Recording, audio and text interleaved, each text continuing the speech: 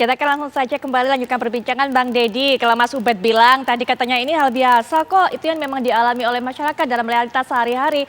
Seharusnya pemerintah tidak boleh takut begitu. Bang Deddy mungkin punya pandangan sendiri. Apalagi tadi Bang Revi juga sudah mengatakan, Bang Revi saja sudah merasakan takut dikriminalisasi dengan bersuara. Apalagi masyarakat yang hanya sekedar kemudian bisa menggambar mural dan sebagainya. Silakan Bang Deddy. Iya, saya sih pertama prihatin ya dalam kondisi COVID seperti ini kita masih sempat membincangkan hal-hal yang nggak penting seperti ini. Pertama saya menolak kalau dikatakan pemerintah seperti anti kritik, ya apalagi kalau mau diasosiasikan dengan Pak Jokowi atau pemerintahan pusat. Jadi jelas sekali dari pernyataan kabar eskrim, ya kita baca di media bahwa Pak Presiden sudah pernah, terutama waktu Kapolri baru dilantik, bahwa tidak berkenan hal-hal seperti ini diangkat, ya. Jadi itu yang pertama. Yang kedua jelas bahwa polisi tidak memproses. Tetapi apakah polisi kemudian memanggil dan mencari, saya kira wajar saja. Karena mural itu ditaruh di ruang publik yang bukan merupakan properti pribadi. Karena kalau namanya kebebasan itu kan ada batas-batasnya. Kalau muralnya sendiri menurut saya hal yang biasa. Tidak terlalu menjadi persoalan, ya. Tidak sadis seperti biasa lah. Tapi kan menurut saya persoalannya adalah kemudian menjadi viral karena apa? Pertama, mural itu ditaruh di ruang publik. Ya, ini tentu siapa yang menghapus? Ditanya dulu, apakah itu pemerintah pusat? Apakah itu perintah Pak Jokowi? Saya rasa tidak. Saya yakin bahwa itu Pemda setempat atau mereka yang bertanggung jawab terhadap properti itu. Seperti tadi yang di Tangerang di kolong jembatan misalnya. Karena kan kebebasan itu juga ada batas-batasnya. Ada hukum yang harus diperhatikan. Jadi pertanyaan saya, apakah mural itu memang ditempatkan di tempat yang seharusnya? Karena kalau ditaruh di karikatur saya kira nggak masalah. Kalau ditaruh di media sosial tidak masalah. Nah, tapi persoalannya mungkin ada di situ. Dan menurut saya seharusnya yang bikin mural itu ya tidak apa-apa. Ini negara hukum. Tanpa hukum kita akan menjadi anarki. Jadi kalaupun misalnya dipanggil dan dicari, ditanya, ya jelaskan saja saya yang buat. Tidak ada masalah. Itu yang menurut saya, ini kita putar balik. Seolah-olah kebebasan ini tanpa batas, kita tidak punya hukum. Apalagi sampai ditarik-tarik, saya takut mengkritik nanti gini. Yang ngomong begitu menurut saya sih harus mencerahkan dirinya.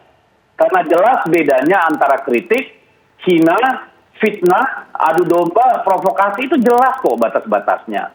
Jadi sepanjang Anda hanya menyampaikan kritik, mau itu pedas, mau itu tajam, sepanjang Anda tidak memenuhi melanggar rasa etika, etis, fatsun, hukum, ya, rasa perasaan di masyarakat, saya kira tidak perlu Anda takut. Jadi jangan disambung-sambungkan semua, dicampur aduk. Ya, saya takut ditangkap, ya udah lu diam aja di rumah. Kalau takut, karena apa? Hak kita bicara itu dijamin. Jadi, tapi kalau Anda merasa kemudian jadi bermasalah hukum, ya jelaskan aja di proses hukum. Karena negara ini negara hukum. Kalau Anda merasa tidak mau bersentuh dengan hukum, ya kalau begitu, ya jangan bikin yang aneh-aneh. Jadi kalau saya merasa, ya menurut saya, mural itu isinya tidak ada masalah. Baik. Karena tidak ada yang dihina di situ, tidak ada yang difitnah di situ, ya silakan aja. Menjadi problem, dia menaruh muralnya itu sembarangan. Kalau tiba-tiba saya datang ke rumah orang lalu saya mural bahwa itu kritik saya, emang punya nenek lo. Negaranya kan ada aturannya juga gitu loh. Baik. Terima kasih. Baik, Bang Deddy. Negara kita memang sekarang sedang bergelut dengan masalah pandemi. Seperti yang katakan Bang Deddy tadi, ini ada masalah besar, tapi kemudian masih sempat-sempatnya juga membahas hal ini. Tapi rasanya ini isu yang juga mencuat di kalangan masyarakat, sehingga juga berkepentingan media untuk bisa membahas hal ini, termasuk juga mengedukasi masyarakat. Begitu, Bang Deddy, setidaknya. Bisa dikomentari, Mas Ubed? Saya kira isu ini penting karena rakyat perlu diedukasi dalam memahami demokrasi.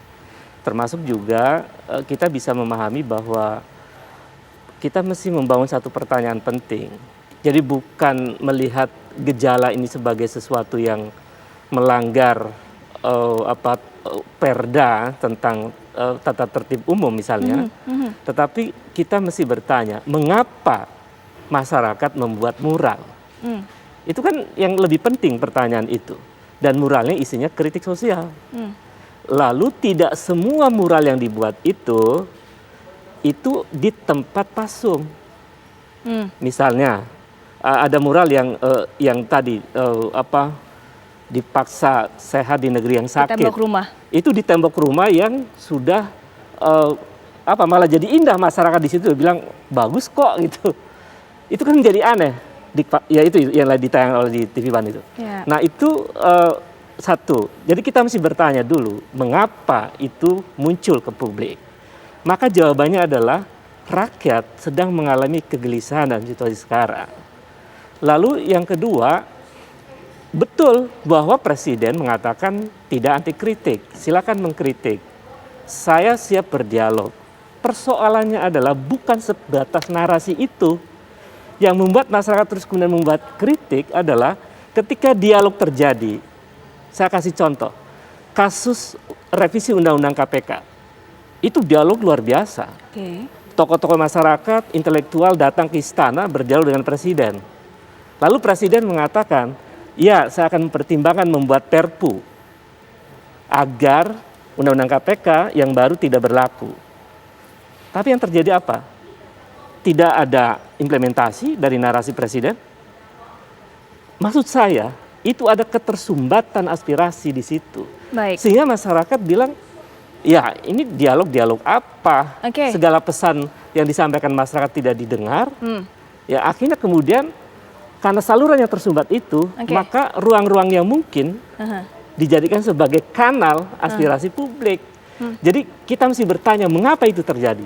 Bukan dicari undang-undang apa yang bisa menghapus ini semua. Baik. Dan ternyata kan tidak semua di fasilitas umum. Baik. Saya kira itu. Mas Faldo, dialognya ada, tapi implementasinya tidak ada tindak lanjut. Nanti Mas Faldo akan berikan komentar. Kalau saya akan berikan kesempatan, tapi kita akan jeda sejenak, kami segera kembali.